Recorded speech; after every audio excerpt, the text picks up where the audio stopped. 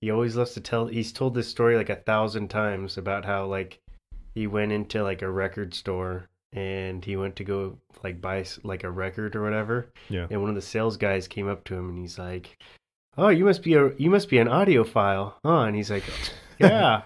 And then he's like, once he said that, I left immediately because I didn't know what the hell he was talking about. And I was like, what? I was like, why? Why did that make you leave immediately? I don't know. Oh, man. He says stupid, like random ass, like fucking stories. I'm like, what Rome wasn't built in a day. Yeah. How? That's his favorite saying. No, it was, all roads lead to Rome. Oh, that's what I... He hasn't said that shit in a long time. Dude, try it again. Try plugging in again. And like the gold, that was cool because it like at least had another like trim to it.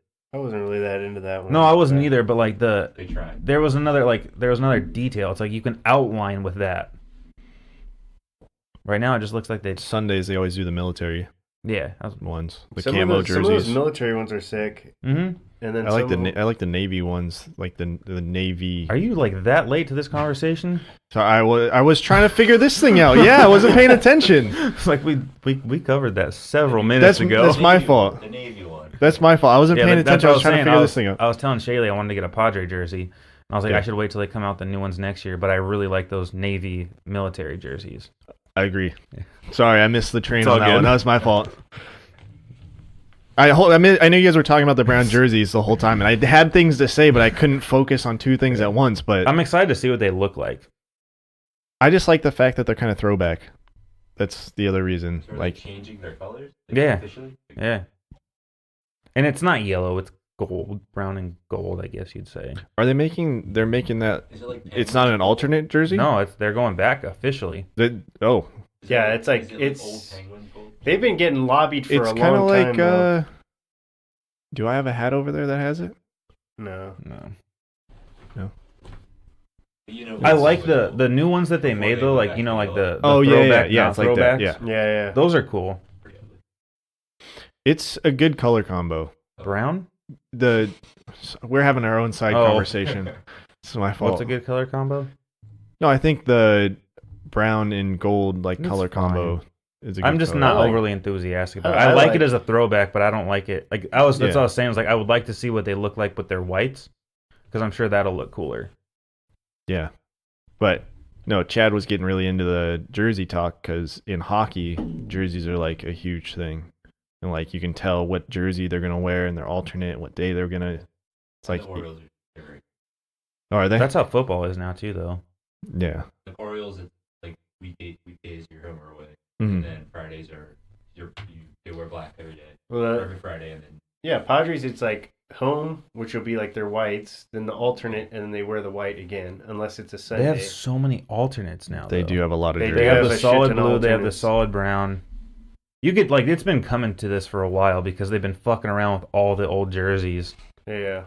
Like they wore the pinstripes last year. They wore the '98 jerseys, like the solid blue ones. Yeah. I like the 98 jerseys. They could just do those 3 jerseys. Those are my favorite. I like those. Those are by blue far and my orange. favorite. Yeah. I was a fan of those ones too. All right.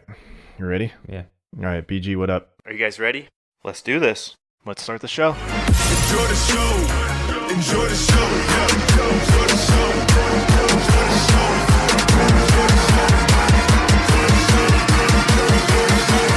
Lights, camera, action. What's up, everybody? Episode 34. 3 amigos and a podcast. 3-4. There's 4 of us here today. Good old Chad Cunningham's in the building. Chad's back. Mr. Baltimore. Chad's here on special assignment. We're going to get into it a little later in our podcast, but he recently moved downtown near the ballpark. He's like half a mile from the ballpark, so it's our mission to turn him into a Padre fan. I mean, we're gonna be freaking Nice. pre-gaming at his house all the time. That's So what I'm talking That's about. right. Got a pool Yeah. barbecue. nice. There we go. Yeah, we'll be good to go. But how you guys been? I felt like, we got really close over the bachelor party, and now that I spent a whole weekend without you guys, I missed you. Yeah, dude, it was weird. Yeah. I'm tired. I'm very tired. Like I'm tired. I was really tired. I actually like slept the entire day we got back from the bachelor party. The day we got back that Monday, Yeah. I like fell asleep in front of the TV, and my girlfriend like was like taking pictures of me like sleeping and like doing a bunch of funny stuff to me, and thought it was funny, but Yeah, joke's on her. I needed that sleep. I needed sleep too. I still feel like I'm catching up though. Yeah, I do too. I mean, I don't know if it's just strictly from Vegas, but I feel like I just haven't stopped moving since we got back. Yeah.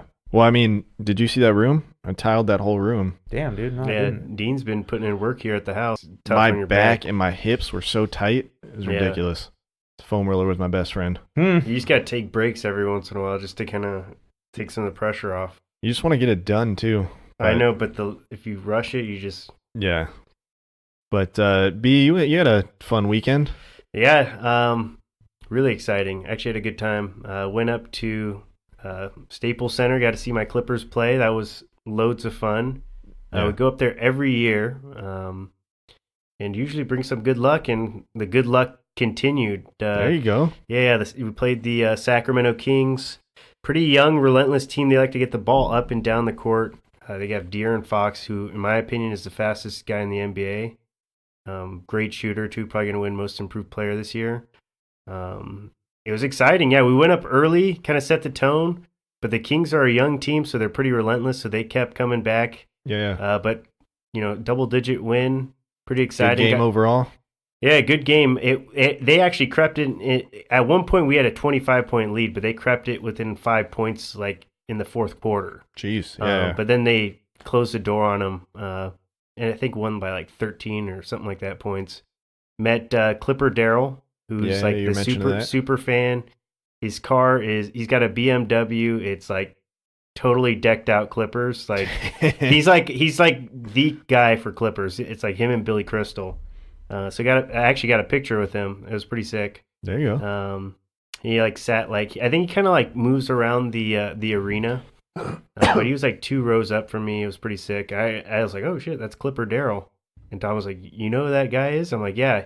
He's like literally stands up and he's like starts just yelling a bunch of shit, and everybody starts like listening to him. He's the hype man. He's like for sure a hype man. I don't know if Steve Ballmer just gives him free season tickets or just lets him go wherever he wants. Yeah. It's he definitely gets you pretty hyped for the game, and especially when the guys are kind of like, when your guys are slacking off on D and they're just giving up easy buckets, especially when your team's up big. Yeah. He like gets Starts in, yelling at them he and- gets in yeah. out on the players, and everybody starts getting into it. It's like it's pretty cool. There you go. But yeah, good time. Nice. Rye, what about you? You do anything fun this weekend? No. All right, cool. You're like what is it? So 16 days. Yeah, 16 days out. Yep. Man, we're gonna get like 2 podcasts out and until you're Yeah, next week and the week after that. yeah. Yep. Said you're gonna go from Ryan to Mr. Sturdivant. That's I'm right. pretty sure I'm still Mr. Sturdivant right now. No, you're Ryan. You're just Ryan. Oh. Yeah. Hey, what were you saying? Shaylee's entire family flies in next Thursday, so we'll be definitely needing some podcast time. There you go. Just Wait, some time to break away next from Thursday? everything. Or what No, do you- Until? sorry, the following Thursday. Oh, okay. just some time to like just break away from the family. Just get some you time Yeah, I'm hiding or in us darkness. time, I guess. I'll be hiding in darkness. Hiding into That's right. You just need some me time. Well, it's hard because I feel like some people just don't quite understand like the amount of effort that's gone into everything. So plus I I mean think like most people understand it. They just it's just don't. the added stress you'd building up be to it. surprised. I feel like they understand Or- it, but they just don't care. No, I feel like a lot of it, people is just whether they've not gone through it or did things differently or whatever it may be. But you definitely start to see people are just like a lot more nonchalant. Like we've had a couple people just like, oh yeah, we're not gonna make it now, or like, oh we're still trying to figure out if we're gonna make it. It's like, dude, we paid already. Like Yeah. it's done. It's set in stone. That's not cool. So it's all good. Yeah, that's One always day at the a time. it's always the shitty part is when people are just like, "Oh yeah, I don't think we're going to make it." And you're like, "Well, I sent you a save the date with an RSVP for And you a RSVP'd. fucking Yes. reason." And you knew that I was going to be paying for a plate for you. Yeah. Dude, at that point you just got to start sending people invoices. Yeah. Well, here's what you owe me for not coming now. Yeah. Here's for the amount of time you wasted. Yeah, right. Like, This is an inconvenience charge as well. Well, I don't know. For me, if it was like something like that, there's some crazy circumstance, I'm gonna hook it up with like a fat present though, or something like. Yeah, that. there's like one of her aunts isn't going to be able to come because her son's going through some crazy stuff, and that's totally understandable. Yeah. And we're like, please, like, don't stress. Like, we understand. Take care of your kid if you have to. But then there's some other people where it's like, no, we're trying to figure it out, and I'm like, we're past that. yeah. Where you have to come now. Yeah. But I mean, That's gotta be stressful. Yeah. a little bit, but it's okay. We're getting through it. Yeah. Hey, that's why you have this. Get to go to this is Hawaii your, right This is your afterwards. outlet. This is your channel. This is the outlet. This is the like. But again, like in 20 days, I get to go to Hawaii, so Whew. that's cool. There you That's go. right. My mom bought us some sick snorkeling gear. Going Those are wedding snorkeling. Dude, my sister is gonna be living in Hawaii That's fucking come Monday. awesome. sea turtle fucking Dude, season. it's the full face mask. Oh, dude, one. with the hose Oh, at I've the top. seen that. It's the one Yeah. that looks like you're in Breaking Yeah. Bad, like cooking up some meth. They're fucking awesome. Yeah, And those I ones saw are those cool. on My Amazon. GoPro attaches to it too, and I was like, what? Because you can breathe normally. You don't have to just breathe out of your mouth. Yeah. Like you just can breathe Mm-hmm. and swim. As They're regular. badass, dude. Those look and cool. Shaylee's like not a huge fan of like underwater things, so like the fact that her face isn't gonna get wet is pretty helpful. Yeah, That too. Yeah. that helps out a Yeah. lot. That's pretty cool though. Well, Chad, you're sitting in. Yeah. How was your weekend? You found a place? Yeah. Apartment hunted. Started Sunday 10 a.m. Signed lease at 3 p.m. Good for you, man. That's a successful cool. day. Yeah. Yeah. Just gotta become a Padres fan now. Yeah. Right next to the stadium. Oh, we'll get to it. We'll get to it. Yeah, we'll get to we'll get there. Save that for later. We'll make you a Padres fan. We'll try our best. Well, it's easy, you know. It's like We'll, Dude, wait, it's we'll easy save for this. us. We'll It's save this easy for for- later. yeah. Not some low standards. Yeah. All right. it's easy for us. I mean, We'll I don't save know. this for later because All right. Yeah, we'll get to that. Let's get into NFL. Season's almost over. Last big game of the year. We got the Rams, Patriots. I don't know about you guys. I'm going Patriots first. I like the whole narrative, like we kind of talked about earlier with like McVay and Belichick, young, old, Yeah, man. Brady, Goff, Well, that whole kind of This thing. it's an interesting story because the dynasty of the Patriots started with them beating the Rams back in 2001, 2002. Yeah. In that Super Bowl where Adam Vinatieri kicked the game-winning field goal. So, it's poetic justice with Tom Brady getting another opportunity. He's never played, or I'm sorry, the only time he's played a team twice that was the Eagles. He beat them the first time, lost to them the second time. Obviously, two completely different teams. We're talking about like almost a 20-year split here. Mm-hmm. It's going to be a good matchup. I think a lot of it, people talk about the Rams needing to get off to a fast start. I don't think that's the case. I think that it's going to be who makes good adjustments at halftime. You saw both games last week, the Chiefs were down a lot going into half. They didn't score any points. The Rams were down quite a bit, 13-0, I think is what this game started off at. So I do think it's going to be a coaching game. I think it's going to be who can make the adjustments. I like McVay, and obviously you can't bet against Bill Belichick. I'm leaning towards the Patriots as well. But I think it's going to be a good game. I really do. The Rams have a better defensive, front four than the Patriots have gone up against in a long time, so they're not going to be able to run the ball as much as they have been lately. Yeah. But then that puts the ball in Tom Brady's hands, so we'll see. Yeah. B, what do you got? Who do you got going into this? who do I want or who do I think? Which is actually going to be the same thing. So I'm going Patriots. Why the fuck would you ask that question? Well, because I was going to say both. I was going to give my reasoning behind both. I guess. All right, go. Because, Patriots because I'm still just bitter over the way that Saints game ended, and I feel like the Saints just got robbed there, and I just think I would just feel better about myself if they. And then Get over it, Brandon. hey, that's $100 in my pocket. They had an opportunity in overtime and they still lost. Yeah, but Brandon would be like the worst I hope MLB hitter or pitcher because he would just hang on to that of I'll be like, all right, this guy, man. yeah, this motherfucker. Last time he got a base hit off of me. He flipped his bat on me. Yeah. I'm taking his head off. Yeah.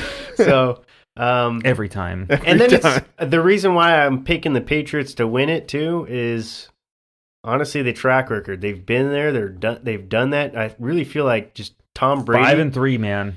5-3. Yep. That's a lot of Super Bowls.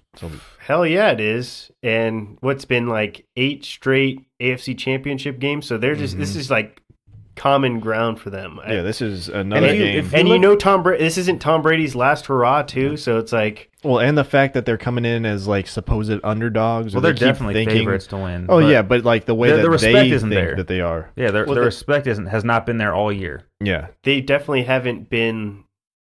I don't think they've gotten the respect that they've. This earned. is Tom Brady's worst team that he's played with by far. by a long shot. Did you guys see that they're going to be paying for Josh Gordon's like some of his medical care to like get him back up and healthy, and he's going to get like a Super Bowl ring if they win. Well, that's cool. That'd be sick, right? Yeah, I mean, I don't know, dude. I know this is off subject of where we're going, and I think Josh Gordon is an amazing talent, and he's, you know, a superstar athlete, all that kind of stuff. I just don't understand why teams feel like they need to babysit the kid. That's my only thing. Like the Browns did so much for him, and now the Patriots are saying we're going to pay for your medical treatment. We'll give you a Super Bowl ring. It's like the Super Bowl thing I could probably do without, but I do think that given they give it to everybody on the team, given the circumstance of what comes with the NFL, what comes with Major League, sports in general, it's a lot of stress. It's a lot of mental wear and tear. Of stress. So I like when teams support their players. Yeah. Again, I mean, I don't know if I'd go as far as the Super Bowl ring. I mean, I think that conversation comes up anytime there's a player that's won games with a team, and whether it was they were traded or released, the conversation always comes up, will they get a Super Bowl ring? But I mean, I don't mind them going out and Des Bryant, he went bankrupt after his first year, and the Cowboys gave him a babysitter, and it's like, we're investing in you because you're gonna make us money. So I appreciate when teams don't just let it go by the wayside and leave everybody out to dry. I mean, he doesn't have an income anymore. No, I get that, and it's just the fact that it's like he's not on the team anymore. He's not like re-signing a contract with them. It's. Well, I think they still have his rights and stuff. So no, they don't. No, they released him outright. Yeah, but, and it was like, and they had to give up like a 12th round pick for him, right? Because he didn't finish out the season with them, or 7th. 7th round. Like they don't do 12th. Yeah, sorry, I didn't. The 7th round pick. Come on, man. They got a couple games out of him. Yeah. You're hoping they got their money's worth out of the 7th round pick. But for me, it's like you don't know what these guys are going through. Yeah, these guys are coming from very impoverished lives. I know we've talked about it with Des Bryant, with his wife is like she was mom. She was like a prostitute selling drugs and stuff. I get like their lifestyles come from a tough background. Well, it's a variety. But it's just one of those things that it's like after a certain point, enough is enough. Well, I think it's a bad example with Josh Gordon. I think as a whole, you look at teams that give a player an opportunity or help a player out that's in need, and then he turns it around. But with Des Bryant, or not with Des Bryant, I'm sorry, with Josh Gordon, it's a different conversation because he's been given opportunity after opportunity after opportunity. That's the only reason I'm saying. So I feel like that's definitely a bad example. I mean, he's a bad example because of the amount of opportunities he's been given. So I do kind of side with you on that aspect of it because, again, the Browns did everything. This dude sat out for almost 3 years before he came back, and then ultimately ended up back in rehab. And that's my only point is that, the Browns have done everything for this guy, and he still is making these same mistakes. It's like I will at a certain say, point the dude checked himself into rehab. Like, that's the one thing that I can take away from it is that as much as he fails, I mean, it is a disease. He probably just doesn't. He probably didn't get the right help that he needed, or he, probably shouldn't be playing in the NFL if this is something that is a problem for him. But that's not to say that one day this man can't come back and help other young people going through the same thing. So I applaud the Patriots for continuing to make an effort, and hopefully one day that pays off and he can help somebody else out somewhere down the line. Yeah, I agree. I don't know. It just seems like, to me, it just seems so random, I guess. Or I don't know. Random. Who's going to be the next person to hold his hand after the Patriots decide to give up? Hopefully it's the last time. I mean, I don't think that there's going to be another opportunity like that. I think the Patriots see this as an opportunity of, how often do we have players in our organization that have problems like this? They don't. So I'm sure that, with Robert Kraft being the way that he is, and, he's very he's into the community aspect of everything. So I can imagine that he's just trying philanthropic. Yeah. I mean, like I said, again, maybe it's just going to help somebody else out later on down the road. Yeah. I mean, yeah, we'll see. It's interesting to me. It's also funny just in my eyes that Josh Gordon played, a good over half of a season where he was, high or drunk or whatever out there on the field playing better than anyone else, which is just incredible to just. I think he's probably, from just like a raw talent standpoint, is probably the most athletically gifted. He's a big dude. Receiver in the league. And it's just unfortunate that he just has these problems. It's like he's battling his own demons out there. Yeah, definitely. Hey, it was back on track with the Super Bowl. I know we haven't really done this with one specific game, but just because this is the big game, what do you guys think that each team needs to do to win this game? I mean, Ryan, I think going back into what I was saying before, it's whatever team can make the better adjustments. But aside from that, it's, obviously you have to execute game plans. And I think with the Patriots, it's, getting the ball out of Tom Brady's hands quickly like they've been doing and completing passes, continuing to get those third down conversions because, it's about holding on to the ball. Whoever can hold on to the ball longest is going to win this game. And for the Rams, I think it's a way to make Tom Brady, not necessarily make bad decisions because he doesn't make bad decisions, but, cover the receivers that he's trying to throw short to. You got to play man against him. You have to play man against him. And if you don't, you will lose. So I think a lot of it's going to go into those corners, Aqib Talib, Marcus Peters. Are they going to have the ability to shut down Edelman, Gronk, Hogan, all those weapons that they have? And then defense is going to play a huge factor in this. The Rams, I agree. Their defensive front has to shut down the run. They have to, in my opinion, they have to keep their running backs to about a 3-yard average a carry. If they go over 3 yards, if they're at 3.5 yards a carry, the Patriots win this game. Mm-hmm. B, what do you think? I mean, I really think it's just whoever's team can show up and play some defense, because I feel like this game could be a pretty high-scoring game because I can see both these teams just getting out and just slinging the ball up and down the field. It hasn't been the Patriots' MO this year, though. That's what I was going to say. That last game against the Chiefs, they were... At the end, especially in the overtime, they were swinging the ball. They still went over on that 56 or 57 by quite a bit. 56 and 57 is not necessarily a lot in the NFL nowadays. I think it's a lot, but I don't know. A game going into overtime, I feel like I think they had it before overtime, but still. Well, I mean, it was a 27 game at the end of the game. That's still a pretty high-scoring game. I don't know, but I mean, it's an average of less than 4 touchdowns apiece. To me, that's not like a crazy high-scoring game. That's about league average. That's still a lot of points. Whatever. I mean, whatever your preference is, but I still think both these teams can. I think league average is like 4 scores. It is. That's what I'm saying. It's below. If that's like touchdown, field goal. What I mean. It's below league average. Yeah, I think that's like. Okay. Well, anyways, regardless, both these teams can line it up and score a shit ton of points. So. I mean, the Patriots can keep up, but I just don't like if you watch their games that they're winning this year. It's not. I mean, taking away the Chiefs game because that was mostly turnovers. It wasn't the Patriots just chucking the ball down the field and scoring fast. It was Patrick Mahomes making mistakes and giving them a short field. Yeah. The Patriots don't want to score fast. If they're scoring fast, they're not playing the game that they want to play. So I think that if it becomes a shootout, the game favors the Rams more. They have more firepower. Brandon Cooks, Robert Woods, Todd Gurley, Jared Goff can make those big time throws.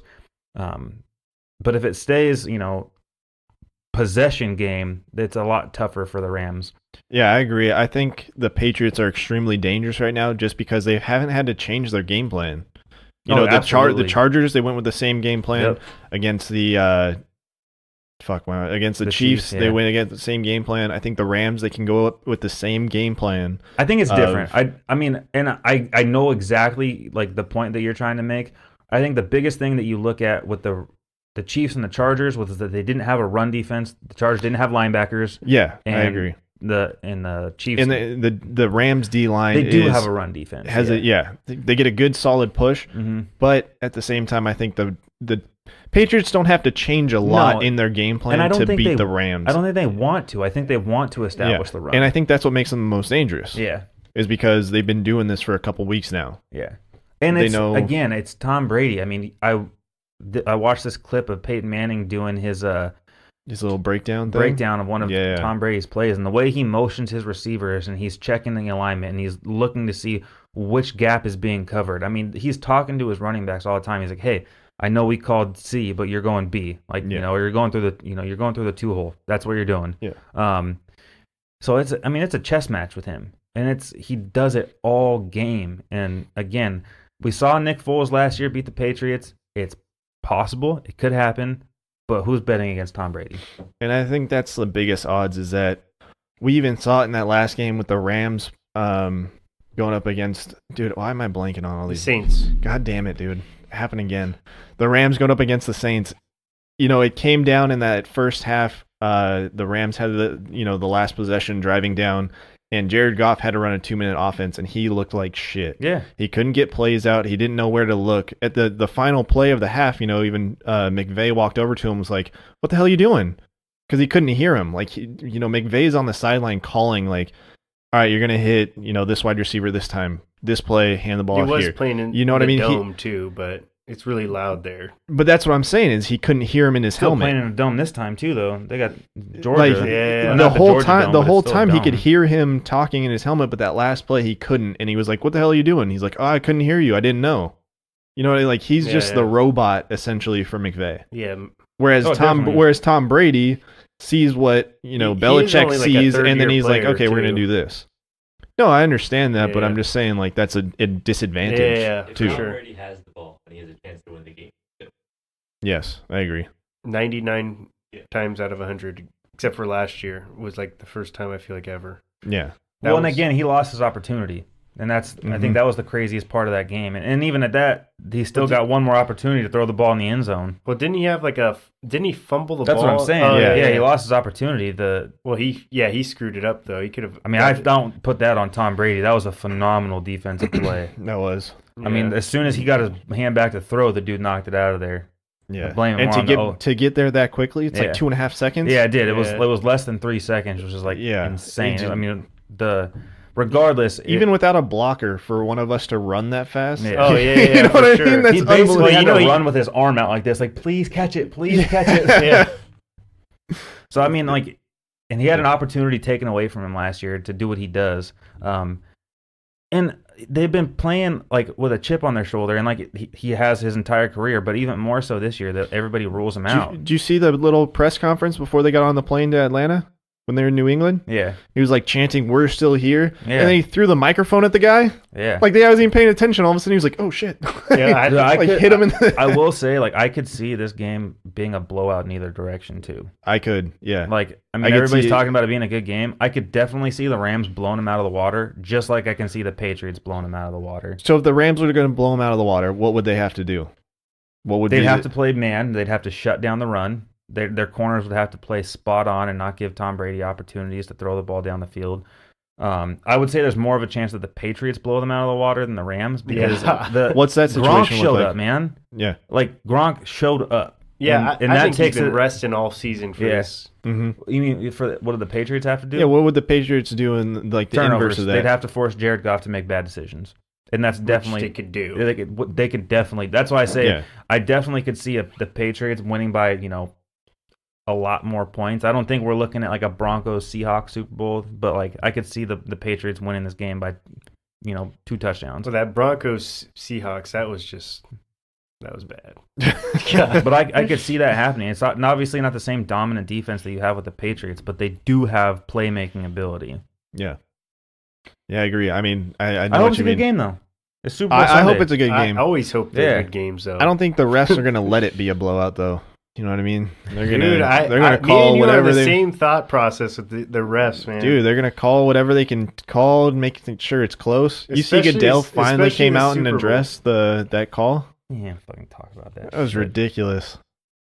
Now he's like, well, that's what happens, and I'm not going to do it. Blah blah blah. It's like, They're all human right. beings too. Yeah. Dude, my whole right. argument since we got back from Vegas and we lost money on it, whatever, is all these Saints fans that are like saying that they should be in the championship game, and it's like, you had an opportunity. You did. Yeah, They had did an have an opportunity. opportunity. multiple opportunities. Multiple opportunities. And I will say it every time if somebody brings it up to me now. It's like, why did you throw the ball on first down? Yeah, That's No. where you lost the game. I agree. You threw a 50-50 ball into the end zone. Do you know what a 50-50 ball is? That means there's a 50% There's chance a you're going to catch it. You have 50% chance that you're going to drop it. Yeah. So, I mean, that to me is like, I mean, you can sit here and you can blame the refs. Terrible call. It was a freaking terrible call. Yeah. But you had an opportunity to win. And when you had the opportunity to run down the clock, you didn't. You gave the ball back to the Rams. Dude, my dad used to say it to me all the time. You can't leave the game to the hands of the referees. Oh, like, for sure. You That's have a to win the game. If you're going to win the game, you have to win. true statement. Yeah. Yeah. But And even in like looking at that play, even if that guy would have caught the ball, that dude was on him, he would have pushed him Mhm. out of bounds. Yeah. I mean, that's my biggest thing is like you didn't run high percentage plays in order to run the clock down, to take the lead, to not give them an opportunity. And then you had 2 opportunities to not allow them in field goal range, and you didn't. So, I mean, Shit. Patriots, again, I'm not betting against Tom Brady. I've done it too often, so. Yeah. Yeah, don't know. I think we're all kind of on that boat. We did And I it- can't afford we did the it for Rams to win a Super Bowl, man. That fight for LA thing is dying, and the Chargers are going to basically be Oh, yeah. If the Rams the new win. New York Jets. Oh, Jesus. That'd be terrible. Dang. That'd be You so- said it. No, That'd be so terrible. Well, dude, the Jets are the least liked team in the NFL. I kind of don't mind them, but No, but like from a map standpoint, there is yeah. not a single city that favors the Jets over like any other team. well, San Diego. No, I'm just, Well, I mean, No, like San Diego. if I had my pick, I'd go Giants as my least favorite. that's what I'm but saying. So, like, I know what there's- you mean. Like, yeah, that's that same geographically, there's still less cities around the area that it would support them than fight. Yeah, would like it's support and it's a Buffalo percentage or standpoint. Patriots Obviously, or. some of the like they have a fan base, but But it's like as a whole, there's no majority Jets in any city in the entire United States. I'm like, well, that's about to be the Chargers. yeah, it's unfortunate. Yeah. yeah, I'm sorry. I'm sorry. I'm sorry. Anyways, let's get into baseball. I've been itching. Dude, I I think that's know. one reason why, and Brandon brought it up earlier, that like he doesn't feel like there's this much hype for the Super Bowl. I will say, with all of the crap that's been going on with baseball, it's hard to pay attention to what's going on in football. Yeah, because And I will specifically the Padres. I will say the media day for the Super Bowl has been crazy. They have, 24-hour coverage Yeah. on like ESPN. I will say this They has have been all- one of the most hyped Super Bowls, but I can Yeah, there's see so much going on, but at the same time, if you're not focused, if you don't really care about either team, and your team like the Padres are in these high-end talks to get players like Machado only and team- Harper and Realmuto, dude, they're the only team that's being talked about in baseball right now. and it's The incredible. Padres. I got an ESPN update. And I was like, oh, this is because I follow the Padres. No, it was from just the general. MLB, yeah. Yeah, from MLB. I was like, Ken Rosenthal's talking about the Padres? yeah. What? On Twitter, I was Jeez. like, what is going on? There's just as a Padres fan, there's a lot to be excited about right now. So before we get into like the moves that they're making and all of how we're super excited, Chad here moved downtown. So he's saying that he wants to be a Padre fan. What are the keys to being a Padre fan? What are the players he needs to know? What are like the important games or history of it? Just encompass what it I feel like is to going be a into Padre the history fan. of it's not going to be as important. There's a few obviously big names that you got to throw out there. Tony Gwynn, Mr. Padre, Dave Winfield, Dave Winfield, Trevor Hoffman, Randy Jones, Randy Jones. Wow, names. I mean, but like Ozzie without, Smith. I- he was a big okay, boy. Yeah, but like Ricky without Henderson, was it fun? Ricky Henderson, come on, the dude belongs to half of Ken Major League Caminiti. Baseball. I know, but just like his See, finish but, like, it out. Ken the- Caminiti, yeah. Greg Vaughn, You need to pick 3. Steve Finley. No, Jesus Christ. Wally Joyner. no. If you're picking 3, it's Jake Peavy? Tony Gwynn for sure. Yeah. Trevor Hoffman. Trevor Trevor Hoffman. Are you doing Randy Jones? Probably. I would say be- Randy Jones, and Just then I'd 'cause- probably give. I mean, we'll say 4. Go Dave Winfield, Mhm. but those guys are still. I mean, there's statues of 2 of them inside Petco Park. They're important names to know. Mhm. aside from that, not a great history. I mean, It's true. I mean, it's not. It's not. It's a good history for us because we don't expect a lot. But And if we- you but we come grew from up like with a it, and exactly, we grew up with it, and they're Hall of Famers Yeah. that earned their way in, and they were recognized not just by San Diegans, but by all of by baseball. all of baseball. But aside from that, I feel like from being a Padre fan, it's kind of like being a 76ers fan. Right now, you got to trust the process. You got to be excited about every little thing that they do right now. Mm-hmm. All right, there's 2 teams that I gotta. Well, The Kroc family too. You can give them some history on that. Well, you know? for you, it's like for everyone listening, Chad's from Baltimore, so he's an Orioles fan. And right now, it's like you are the Orioles are going through what the Padres did. No. Like 5. Mm-mm. You don't think yet? No. The Because Orioles when the did that Padres before. gave away all their prospects, we had players that were good. Yeah. They don't have any more That- players, and they that's don't true. have any Yeah, prospects. that's true. That's true. So There- we've there's Well, I even just from- meant for like the rebuild process. Oh, no. You know what I mean? Hey, Like when you're kind of Orioles I will been bad. I will say this: the team that's the most screwed is the Marlins right now. But that's for another discussion. But Yeah. Yeah. I'm used to bad teams. So the Orioles only got good in 2012. Before then, Yeah. they always were losing. So I'm used to. But, like, I'm used to that. you know, and they've been very similar across the board. I think the biggest difference with the Padres is that there were times where the Giants were down, the Dodgers were down, and the Padres had good pitching. Yeah. We had decent bats, but we had good pitching, and that got us into the playoffs for a few years in a row. Does the city like the Padres? Yeah, the Yes. problem is that they're just not good right now. no, But- I think the problem is previous ownership. We used to have. We've had a few bad owners. So we had the Morris family. They owned the team. The team was great, and then he actually sold the team to an owner because he was going through a nasty divorce to some guy who didn't even have enough money really to buy the team. So he owned the team for like a year or two. Basically treated the team as like an ATM, was making a bunch of profit. Yeah. And baseball's like, dude, are you gonna dump any money into this team? They're making the payroll was like $38 million that year. They end up denying his bid to own the team, and now the current ownership group's like cleaning up his trash. Yeah. So it's been a process, and I will say the new ownership group is trying to make San Diego re-excited about baseball. So like They have a plan though in place. I feel Yeah, like. a couple definitely. weeks ago, this writer, was he for the Union Tribune? Is that who he was? Kevin he, Acey. Yeah, he like released, he had a full documentation of the Padres books and like what ownership has done with like Which their teams never provide financial And information. it was like, they had all of these numbers of like how much debt they owed and what they needed to do to change it and all this other stuff. And he kind of went through all of that and really opened your eyes to where they're trying to go with the team. So that's why it's like So right now. it gives more hope to Padre fans because we have the best farm system in all baseball. Like- We have 10 out of the top 100 or 9 out of the top 10. 100. Is it 10 10? out of it the just top depends 100. on the publication. Yeah, but anyways, like the 10 of the top 100 prospects in all of baseball, bright future ahead of them. If these prospects, even if half of these guys come out and are decent ball players, we'll have a good future.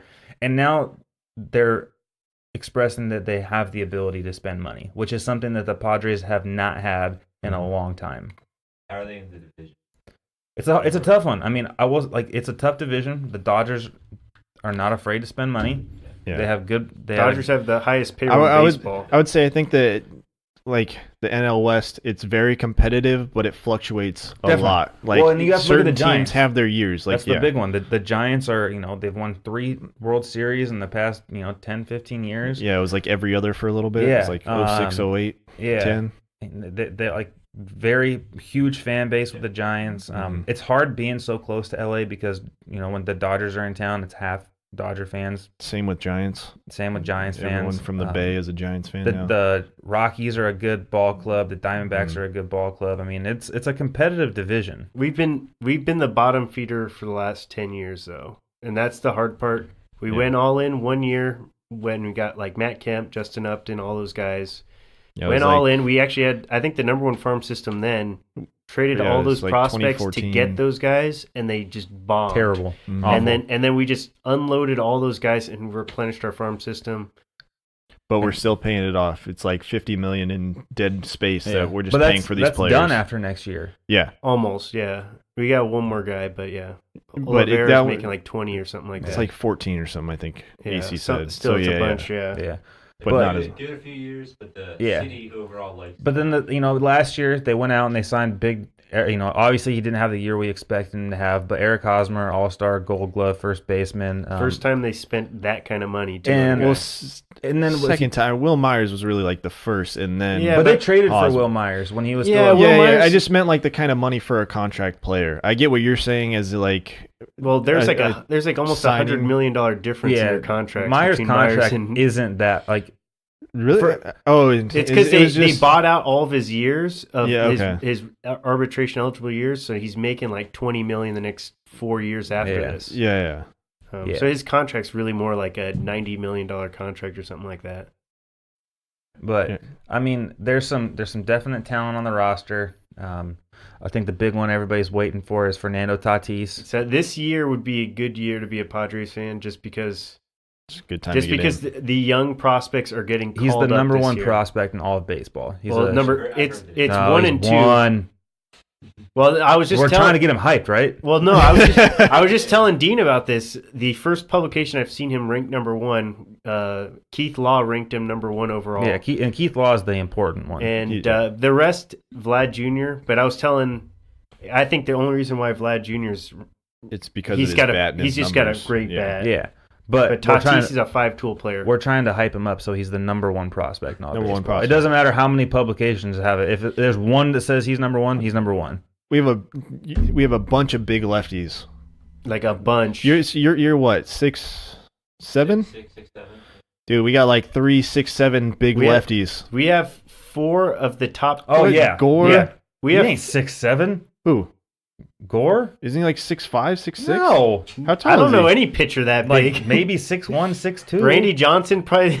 Dude, I swear one of those guys is like 6'6". I swear. No, Are you sure? positive. I'm looking it up. Go I for thought it. one of them was like a anyways, fucking the giant. Padres have 4 of the top 10 left-handed like minor league prospects in all baseball. So they're stacked with talent, like really deep, like really Yeah. the only position that we don't have any like talent in the pipeline is third base. which is why And that's why who's we on had first? those talks about Manny Machado. Machado. That's why. And that would make you even more of a fan. Coming from Baltimore to LA, then back home, you're like, oh, I know this Fucking Manny guy. Machado. He's such a Kinda fucked up, douchebag. Yeah, he fucked Such up. a- Such a He was douchebag. not a douche in Baltimore. if we got no Probably was a cornrows, douche, Manny but he didn't get Machado. enough freaking TV time. Put him in LA and you're seeing on it but, every but day. traditionally, this team's always had really good pitching, though. That's kind of been our hallmark. Yeah. So it's Project 2020. It's been the MO for everybody for a long time. So this next year is a good time to get warmed up to being a Padre fan. So I would say you're stepping in at a perfect time because Yeah. you're going to get to see some opportunities. Luis Urias, big name prospect, is going to be playing either second or short for us this year. Like I said, Eric Hosmer is the big free agent signing last year. We got Mejia, if he's still on the roster, we'll get into that. Franmil Reyes, Will Myers, Hunter Renfroe. They kind of got a log jam in the outfield right now, so they got to sort that out, Yeah. especially with Will Myers back out there. You know, I'm in like getting away from, hyping up Chad over here. This whole like talk, and everybody's saying it now because we're, under a freaking microscope right now. I don't like that they're saying that it's a problem because to me, we have a lot of talent in the outfield or like, potential talent, but it's talent, like it's mediocre. Yeah, And but so it's a problem It's 'cause potential. And my biggest thing is like they're talking like, oh, well, the Padres, they can't sign Bryce Harper because they already have a logjam in the outfield. It's like he upgrades any position. oh, for Yeah. sure, but So- they're going to have to trade some of those guys there. And that's kind of been the plan all along. So to me, Yeah. it's like you upgrade a It's position. okay to trade for that. Yeah. The thing is that you don't, if you're trading for a player, you don't give up Hunter Renfroe unless you have a plan to get somebody else that's adequate or better. So if all the pieces fall together, you could trade Renfroe for JT Realmuto. Mhm. You could sign Bryce Harper. That fixes your logjam in the outfield and upgrades the catcher position. Yeah, I don't think the Marlins want Hunter Renfroe because I think they're trying to build through their farm, but just from a timeline perspective, that trade wouldn't really work out for him. Oh, I'm not saying 1-for-1. I'm saying in a package deal. Yeah. Yeah, I mean, if I'm them, I want all prospects, but Well, That's just I mean, if you think about doesn't it, that make sense? no, though? but I the mean, Yeah, but I Padres are, mean, like if it's you're still a negotiation. if you're negotiating Yeah. a deal, the Padres are like, you have to take an outfielder. We'll give you Mejia, we'll give you Paddock, yeah, but you have to but take you an have outfielder. to take. It's the same Yeah. reason that I like you guess they don't could- see one. They'd have to flip him again because there's they would have no reason to have him on their team. Well, and But that's- it's still you want but that's prospects. the You same want issue you the came things with. Like, you want. Like you don't get everything you need. no, That's why it's like in that's the whole point of the negotiation. negotiation. Yeah. Okay. Well, I mean, you don't. How many times do you see a 1-for-1 trade on a player? No, I'm not saying it's a 1-for-1, but I'm saying I would rather get like 3 prospects that I actually could use as opposed to getting a guy that I have. Well, you no get need 2 and for you have when to take I'm an rebuilding. outfielder. Yeah, and that's what we're then- saying. But like you want to get value for that outfielder, you're not just gonna give him away. You would be getting value for him. No, they're not gonna value him though. Like you want to give it to you want to trade him for somebody who's gonna value him. I don't care Unless if they they're gonna- value him or not. You can do whatever you want with him. You can have him No, ride but the what I'm bench for saying- however you. No, like. you want to maximize your trade value with this guy, so you're not gonna just give him a player that has good If you're value getting with Bryce another. Harper, you just are making room for Bryce Harper. I don't quite understand what Brandon's saying. So what I'm saying is, if Yeah, you're the it is. Padres, why are you giving up a prospect that's got value that you could trade to a different team to just give him to the Marlins who don't need him? Okay, Because maybe I you're used a bad getting player as an example. JT Realmuto in return. Hold on, I think I was just throwing a name out. Okay, I mean that's fine, but like, there's logic to what I'm saying. You guys just aren't understanding. No, I think you're just paying attention to the Renfroe detail. Let's just say, we give him 3 prospects in a negotiation. Regardless, Yeah, no, there's I get what you're there's saying. give and take. So if the Padres are saying we have a logjam and we have to get rid of an outfielder, we're going to make a trade for JT Realmuto. We'll give you 2 of our higher end prospects, but you have to take this. And if the Marlins don't like it, they don't take it. Yeah, I mean, So- if you're just trying to dump a guy who has Well, value, that's but- what we're saying. We're just trying to make room out there. Yeah, so that's. Yeah, I'm talking so about how okay, the players You are. guys aren't getting it, but it's fine. We'll go on to something else. Well, no, what are we not getting? I feel Okay, like why would you dump a guy who has value? You could trade him to a different team. How You is don't that want to easy? just dump a guy. Why don't you just release him then? What's Well, the because- point? Like, if you're not gonna, you want to trade him to a team that's gonna value him. well, so, like, why are you so just then throwing- would the Marlins just take the 2 prospects with no one else? No, they want 3 prospects. But I'm And if saying, they no, don't you only it, get then 2 they're not and you can accepting take her our out. offer. Okay, then that's the offer. But we're saying if you can make an offer with the 2 prospects and you just- take it, it's then- like it's a compromise between the 2 teams of like. They're not and then gonna you can- want him. Though, But is what it's I'm saying. hypothetical. You're taking it as literal. I know. Well, We're just when saying you that would- initially said it, you said take one of our outfielders. I'm like, they're not going to want one of our outfielders. is what But I'm if we saying. package it with 2 top prospects that they do want, yeah, then but why would you package it? Just give them the 2 top prospects then, and then trade, well, what if they're trade saying that Renfroe we for somebody else? What if they're saying we don't want just the 2, we want something else as well? They- Like we want another prospect, but you're saying no, we can't do a prospect. We can do so this if player. if you And you just can hold flip on to this Renfroe player and to flip him somebody to else. somebody else is what I'm saying. Then Okay, yeah. I mean, if that It was deal a- was possible, I'm just saying. It was a you guys are blowing it out of proportion, is what you're doing. But No, we're not blowing it out of proportion. We're just trying to understand what you were trying to say. We were putting a package deal together in a hypothetical situation. yeah, and it just wasn't. But a you good- were acting as if we were just saying like, no, take this player just because fuck all. No, we're not saying that. We're basically saying what I was trying to get across is that everybody's saying there's a logjam. That if we have too many outfielders, we need to get rid of one of them.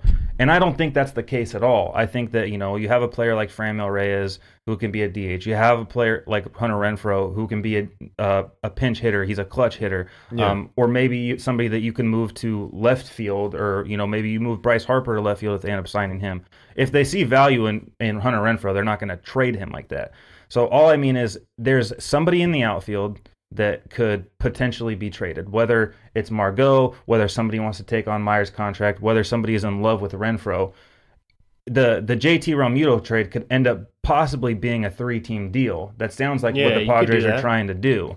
So it could be a situation where, all right, we send Renfroe to another team, we send 2 prospects to them, and then we take on a bad contract with JT Realmuto. And again, all hypothetical, but the whole point was the Padres have a logjam, and all I mean is Bryce Harper is an upgrade. So take on the upgrade, figure out what to do with the players, whether it's at the trade deadline or before the season starts. Because like you're saying, there is value in Hunter Renfroe, so you're not that's just what going I'm to give him to a team. Yeah. But I was just using it as an example of, okay. But if you have a team that was like, yeah, we'll take him additionally if you give us these two, then it's like, yeah, sure. If you could do a 3-team trade. I think honestly though, the JT Realmuto trade is only happening if it's a 3-team deal. I agree. Probably, because of the reasons that Brandon has stated, that it's like they don't find value in those kind of guys. Well, and the Padres don't want to give up 3 top prospects. And why would you? Yeah. We had that discussion. We're like, threshold for pain. Would be these guys. Yeah. And I think, I mean, if we're talking, I mean, it sounds like we're breaking down into this whole like possibility of things. We talked about it earlier, you know, Mejia and 2 other prospects. I'd be fine with that. I think Mejia, top prospect, not sure how he is as a catcher. And if you could upgrade that position, you're trading a player, a position player directly for another position player. Mm-hmm. You're upgrading it. I'm totally fine with that. It's if they end up trading, like if Mejia was packaged back to the Indians for like Kluber, I'd be like, what the fuck? This doesn't make any sense. We're missing a catcher now, potentially. Mm-hmm. Now we have Hedges, who could potentially be a good player, and we're getting a pitcher back and sending the player that ultimately gave him to us in the first place. You definitely want to. You're hoping that Mejia turns into a Realmuto. Like that's It could. I mean, the dude swings a good stick. I think that the Padres are in this situation now. If they're serious about going after Manny Machado, if they're serious about going after Bryce Harper, whether it's one or both of them, I think a lot of it's still up in the air. They want to show these players that there's other talent on the team as well. Not just, hey, we have 10 top prospects. Maybe it'll be good.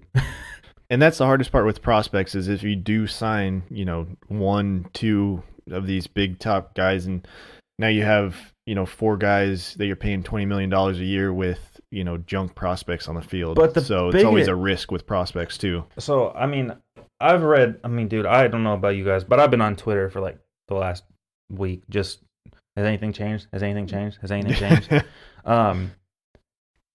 I think that Padres are in a prime position to sign a player this year.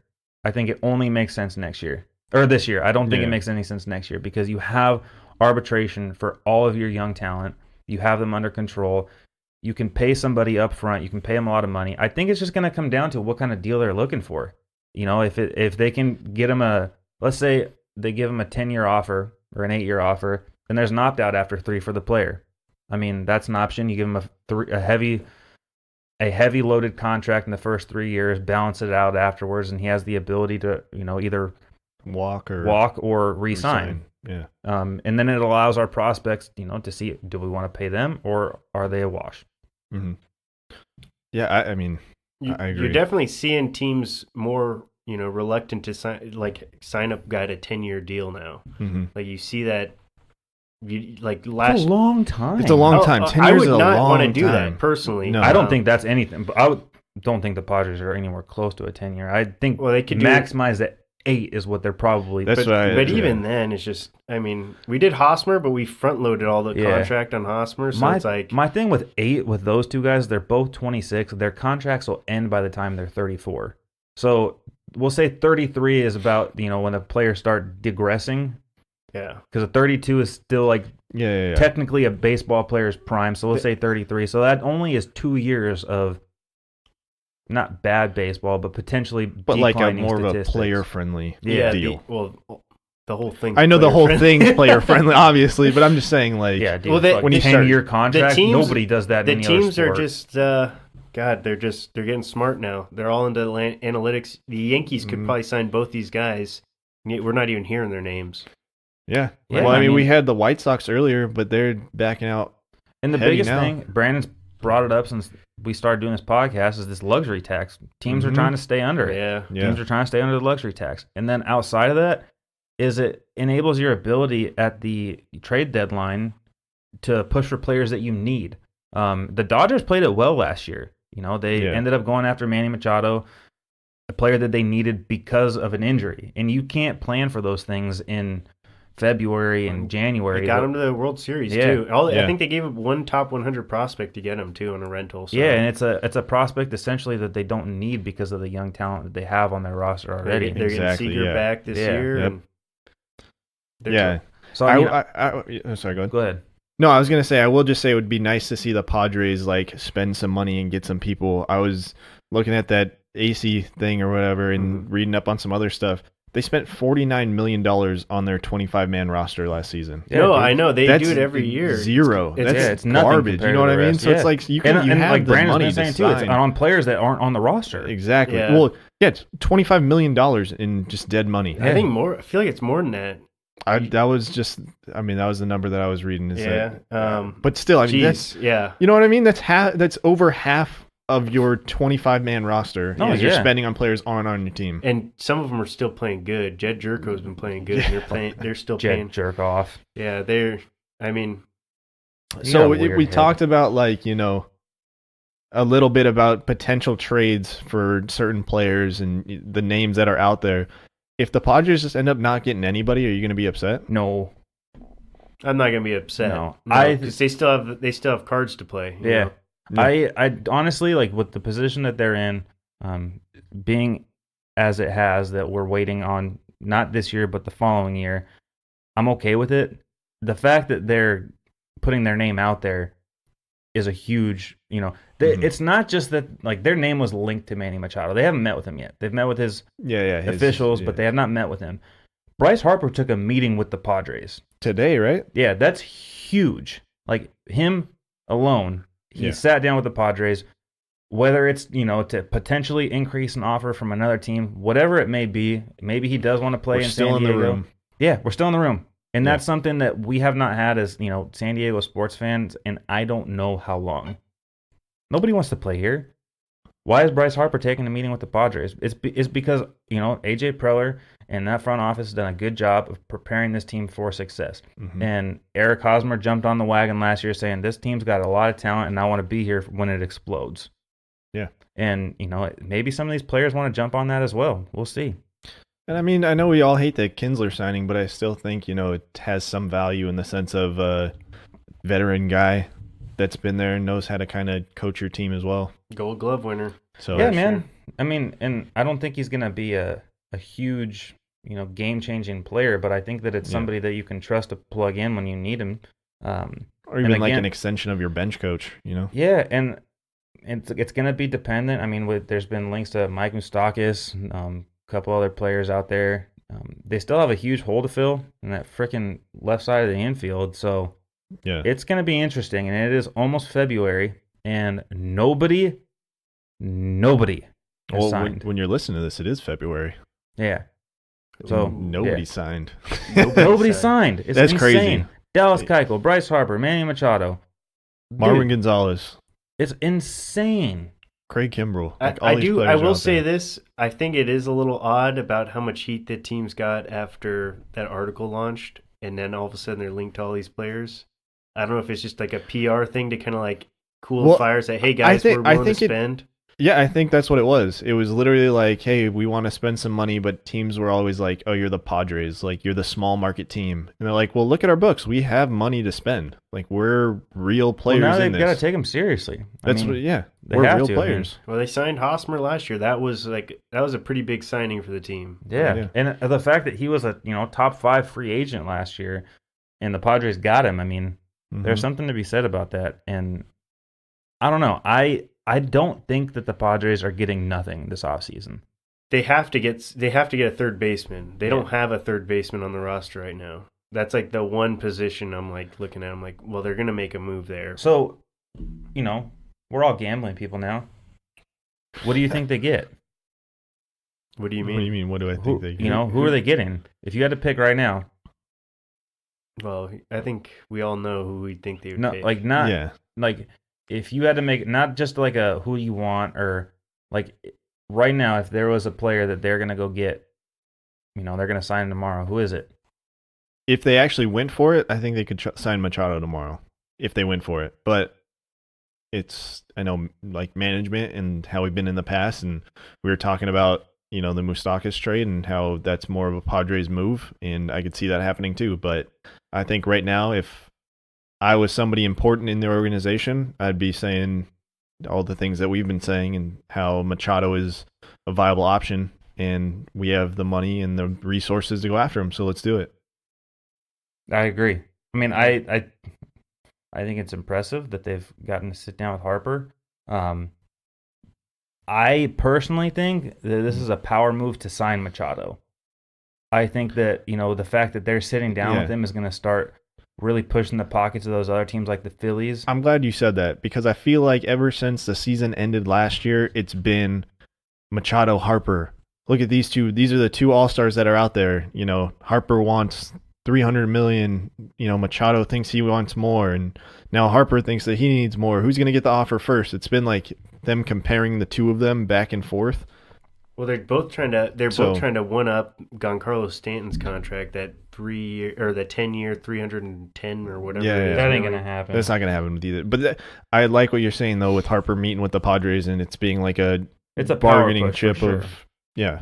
Yeah, and I mean, if you look at it, both their agents are Scott Boras. The dude knows how to hustle, and to me, this is we'll let you meet with Manny Machado. We'll let you give him a pitch. He might be interested in San Diego, but first you have to sit down with Bryce Harper, and we need to get some sort of offer on the table. Yeah. So I can make more money off this dude's offer. We need to make the Phillies. We need to make the White Sox. We need to make these dudes really push their wallet, and after that, we'll get you your sit down with Machado. Yeah, I mean, it's the same freaking agent, man. Yeah. No, and that's a good point, and that is and they how worked with them last year, too. that is how it works in the behind the scenes of meet with my client so I can get more money here, and then we'll get a real sit down with this person. Yeah, because I think the player do one that for me, I'll do one for you, kind of thing. I think the player that they want is Machado. I think that the Padres have a huge value with Hunter Renfroe. I don't think that's a player that they want to see just push for prospects or walk or.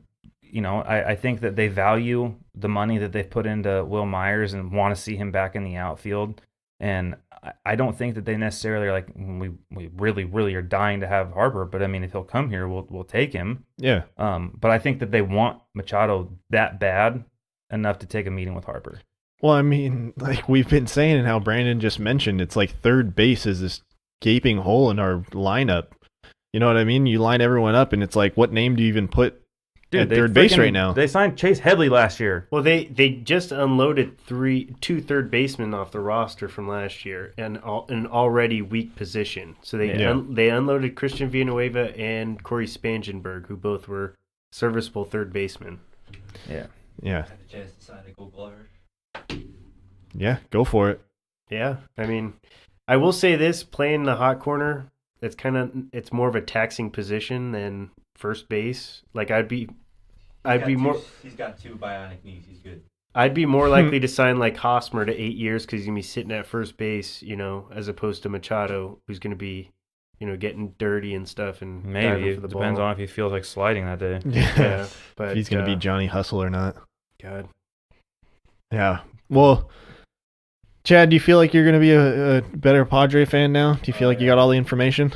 Are you overwhelmed with all the information? A lot of names, but no. It's good to know that the city likes them because right now Baltimore, not a fan of the Orioles. With the Chargers leaving, man, this is the Padres' opportunity to seize control, man. San Diego needs one of these guys. Yeah. Yep. Oh hell yeah, they do. Sporting world owes this to San Diego. I mean, they really do. The sports gods owe us. Honestly, man, because who have we had in a Padre uniform in the last 20 years? Besides, obviously, big names we just let out. We'll say, okay, 10 years. Tony was gone 20 years ago, too, actually. Damn, that's a... Yeah, shit, 2000. No, not quite. No, he left in, 2001, right? Yeah. But So anyway, it's getting up who there, have we though. had? Adrian Gonzalez? Adrian was a stud. I loved Adrian. But we couldn't We pay all him. did, yeah. But my favorite, the one I was most sad to leave was Jake Peavy. I loved watching Jake Peavy play. I still love watching Jake Peavy. He doesn't even play anymore. No, I'm sorry. I didn't mean. I don't. I meant after he left the Padres, I still liked watching. Jake Peavy. Yeah, I got you. Sorry, that's what I meant. Not like I love watching him. I We got were just talking about Jeffrey Dahmer. I got the cam video of podcast. Jake Peavy. That guy was a fucking animal, though. He's an angry person, too. It was great to watch. Dude, I don't know felt about so you, but bad I for love him. the guys who are fiery. Dude, I felt so bad for him. His agent stole like $300 million from him. Yeah. That's crazy, dude. It sucks. Anyways, there was some news that happened in the NBA. I know earlier it was Big today, yeah. or today, yeah. So was it the Mavericks traded for Porzingis and the Knicks Yeah. just cashed out? Dude, so this trade... Give they me the got rundown. raped. You guys were talking about it earlier, and I was just like, I don't really watch NBA, but it sounds fucking intense.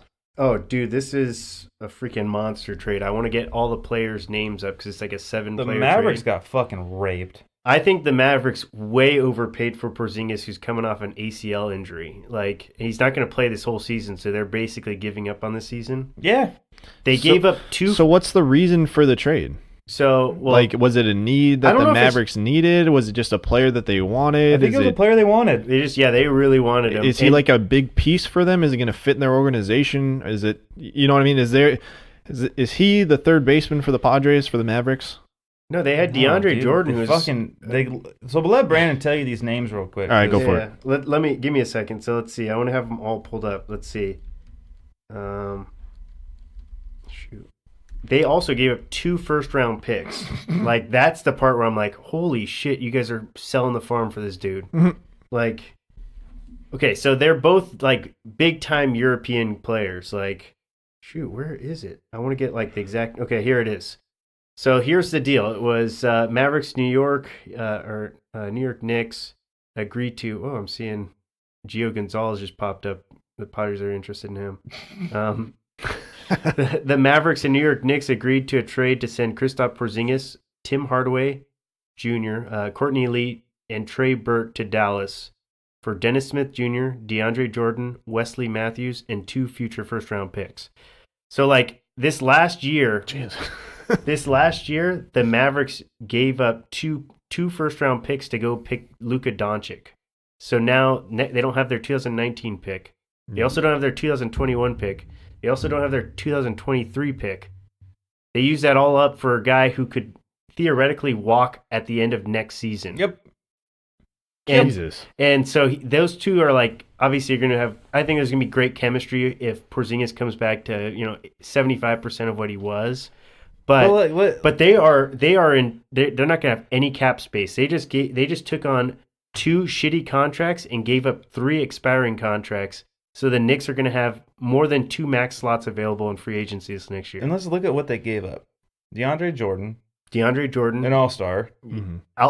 potential, yeah. He's been an all-star. Yeah. That's what I mean. Like he's been an all-star. Yeah. He's still a good basketball player. Hell yeah! I wish he gets bought out by the Knicks so the Clippers can they can come back home. And then Dennis Smith Jr., who was their rookie of the year candidate last year, averaged about 15 points a game, led that team.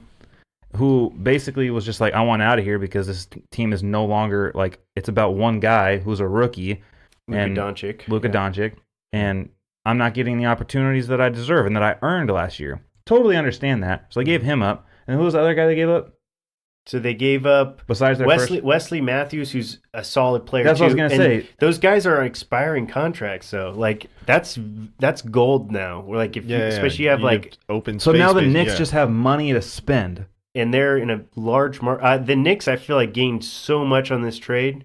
They're gonna have their lottery pick this year, which is gonna be a great pick, and then they're still gonna have those other 2 first rounders, which I'm hearing the first one's unprotected. So if this trade goes to the shitter, like they could seriously be locking up a really good pick.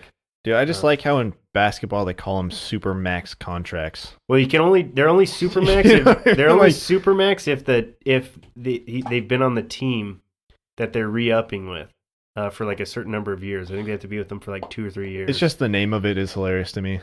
It's like it's a new thing though. Yeah. There's only been incentive to stay with your There's team. only been like 3 or 4 of them signed ever. I think Blake Griffin, Steph Curry, and I don't even know who the third one would be, but those are like the 2 big ones, It's just funny. But yeah, it definitely sounds like the Mavericks. I mean, just from an outside point of view, the way you guys player. Yeah, the way you guys literally presented got it one is player who will not play this season. So they're basically forfeiting a great draft pick this year to the Hawks. You gave away everything that made Luka Doncic a good player this year. God, they just I mean, I will say this, Tim Hardaway Jr. is a pretty solid scorer, but he is not worth the money that he's making this year and next year. And the same with Courtney Lee. Like those 3 guys are just overpaid players. I will say, and the Knicks just wanted to dump those contracts. Plus side here, it's not that you're going to have any draft picks you're going to have to pay in the future anyway. So fuck God. So dude. they're going to be banking on some, like, hoping they hit on second round picks to, like, replenish that team. Yeah, because they can't. That and I guess they got some satisfaction spurning DeAndre Jordan, who signed a 1-year deal after he had his fiasco a few years back when he was on the Clippers. Yeah. I don't know if that was an incentive or what, but. Dude, it's fucking crazy. And another big one, Anthony Davis. Yeah, dude, I was going to... I heard the Pelicans shut him down after he said that he wants to get traded. No, I know he broke his finger or whatever. It's not that they didn't... Well, you mean like they shut him down? Like they said, like, him? they came out and they said, we're not going to play him the rest of the season. The Pelicans... I mean, the Pelicans actually just took him, like, last night. They took Anthony Davis out of all their, like... I heard that too. All their, like, intro videos. Yeah, the intro and stuff and the hype video. Yeah. And, yeah, I mean, they... Apparently their GM had just shut off his phone. He wasn't taking any calls from, like, the Lakers or any of the teams who... It's probably a 2, maybe 3-team race for it. It's going to be, like, Lakers, Raptors, and... I thought the Knicks were one of the teams for a little bit, but I don't think they're going to be swinging a deal for him now. Because the Celtics can't trade for him. Yeah, Celtics are banking for next year. So unless, Anthony Davis will be under contract for the next... No, they can't. The Celtics are not allowed to trade for him. This year. Yeah, that's what I'm saying. So if they hold on to him, then next year they could go for him. Yeah, and Anthony Davis is still under contract next year. Yeah, no, they'd have to get him as a free agent. But so even next year they couldn't get him? Oh, they'd have to wait 2 years? They've already traded for Kyrie Irving, who was drafted in the same round. It's some weird rule that they have where the two players... It's like the Derrick Rose rule or something like that. I thought it was like they couldn't do it this year, but they could if they waited till next year. If they couldn't get him in... I thought it was this offseason they could do it. That's right. If they couldn't get it by the trade deadline this year, then they could get it offseason. His contract's up at the end of next year. Oh, it's because he's at a +1. That's why. So it's a player option. No, the team option. Sorry, team option allows him to trade. Yes. Yeah. So if he doesn't make it in this trade deadline next offseason, the Celtics could go for him. The Celtics, I think, would go really hard next offseason if Kyrie Irving leaves him, which issue there's been reports that he could. It's the same thing with Paul George, and luckily it worked out for the Thunder. But you're trading for a guy that has said outright, "I'm not going to sign with you." Like, any freaking GM in their right mind would, like, lose their shit over that. Like, how are you going to go out there and give up a bunch of... I mean, and the Celtics have a lot to give. They do. The Celtics probably have more trade assets than any other team in the league. Definitely.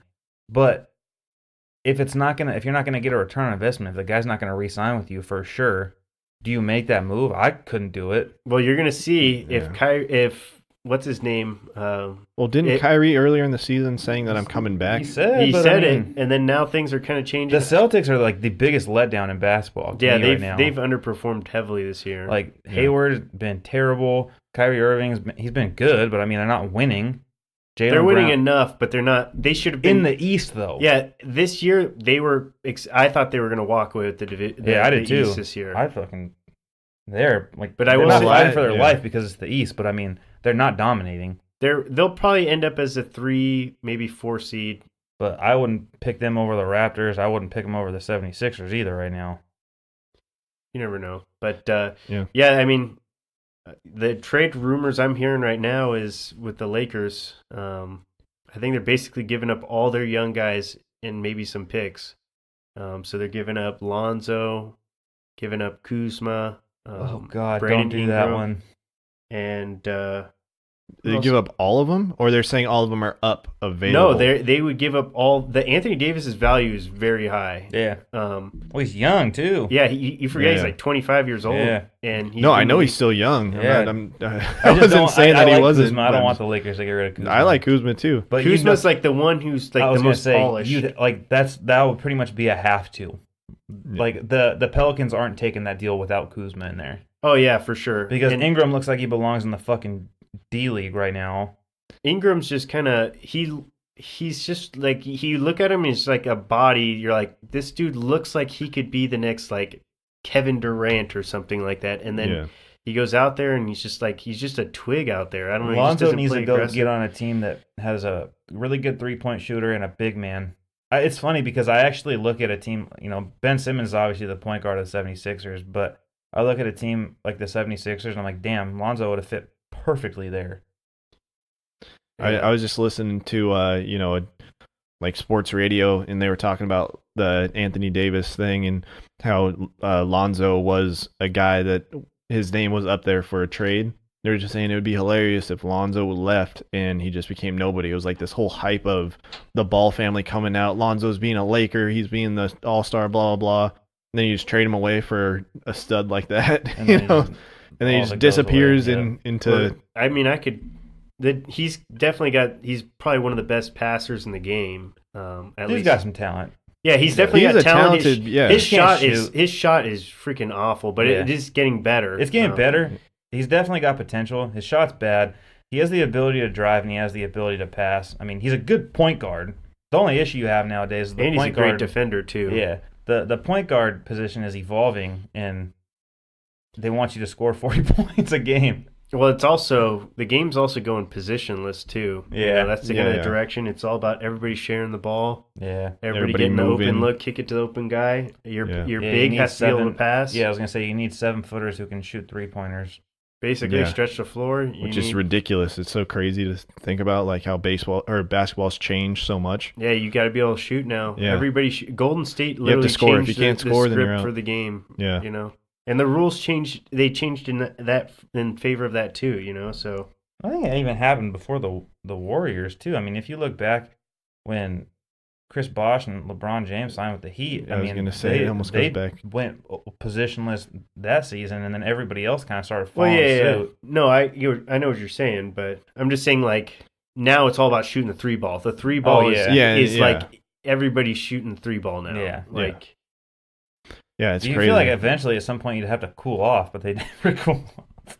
well, they just take shots. It's that muscle memory. certain teams, the Warriors do a good job balancing it. The Rockets go overboard and they just took it to the next level, shooting threes, and that ended up costing them last year. I was going to say, and that's why they lost in the playoffs. Yeah, they went ice cold. I think they went like 2 for like 30 Yeah, it or was something bad. ridiculous. Dang. Well, yeah, we'll have to see what happens in the NBA. The trade deadline's up in the February 8th. Is that what you guys are saying? So next Yeah, week, it's coming up in next like- week, they got to like make a some moves. Couple weeks, so All right. Well, I have the stat of the day this week. You guys ready for this? Yep. Stat of the day, stat of the day, dabba-doo-ba-doo, stat of the day, stat of the day. Here comes that what? Stat of the day. Bop. I went with the Padre stat. I went with Mr. Padre. So there's 2 here. Tony Gwynn owns the all-time Padres record in batting average, runs, hits, total bases, doubles, triples, RBIs, walks, stolen bases, and games played. So basically every statistic he the leads. big one for me is stolen bases. Yeah, Towards because he the used to end- be so fat. Yeah, He used to be really quick early in his career, but geez, at the super end you're skinny like, at the end. He was. I bet you if he stole 2 bases in a season, I'd be shocked. Oh yeah. And the only way he's getting is it was a double steal, and the guy who I was went going to to say, third. or it was an overthrow. Yeah, it was an overthrow, and he was halfway to second base. He's got to be looking for, I don't know. Yeah, but the other one was Tony Gwynn's career WAR was a 68.8, which is more than twice that of any other player in Padres history. The next closest is Dave Winfield at 31.9. That sucks. He's literally like by a long shot the best player to ever play for the team. Oh, yeah. Oh yeah, By like a long shot. It's not even almost one of the close. best players to ever play baseball. He is. in yeah. So you perspective see that of every. 394 AleSmith beer? That was his batting average one season. Yeah, Yeah, the dude's his freaking- career batting average was a 338. Yeah, honestly is- he's one of the best pure hitters to ever play the game. Clippers making a And I'm not comeback. I'm not being like generous or anything like that. Like It was just exciting. He was an exciting player to watch, and it was sad that we lost him so young. I mean, he did a lot for the community Yeah, he did. with the Yeah. coach over Well, at and he was SDSU. the coach at SDSU, too. Yeah, and his son played for the Padres too. now and- his son's a commentator and then for the his- Padres. And then his son's son is actually in the system right now. Yeah. Oh man. Well, everybody, we are the Three Amigos and a podcast. You can listen to us anywhere you listen to podcasts. We have our beer pong challenge coming up with the All Bad podcast this Sunday for before the Super Bowl. So You can find that. I think Enrique is going to do a video or something like that with his editing skills or something, whatever. That's cute. They better show up with their. I want to see the video Dude, of are the we- hang challenge. Are we wearing the shirts? We should wear the Yeah, I was shirts, already huh? planning on it. All right. Oh, you have to. Yeah, Wear the shirts. Should we wear the socks too? I got my socks. I'll wear my socks. we can. I say we wear the shirts and socks. Just go all out. We got to wear shorts though. It's gonna be raining and stuff. Fuck it, dude. You're gotta playing do beer it. pong, you'll warm up. You gotta do it for him. Yeah, Gotta do it to win. Play to win. I'm already freezing in here right now. Play to win the You game. Play to win the game. Chad, thanks for coming on. And you'll be hearing from Chad, our new resident Padre fan. Thanks, moving Chad. forward. Chad. All right, everybody. Cinco. Take it easy. Have a good one. Later. See ya. Bye.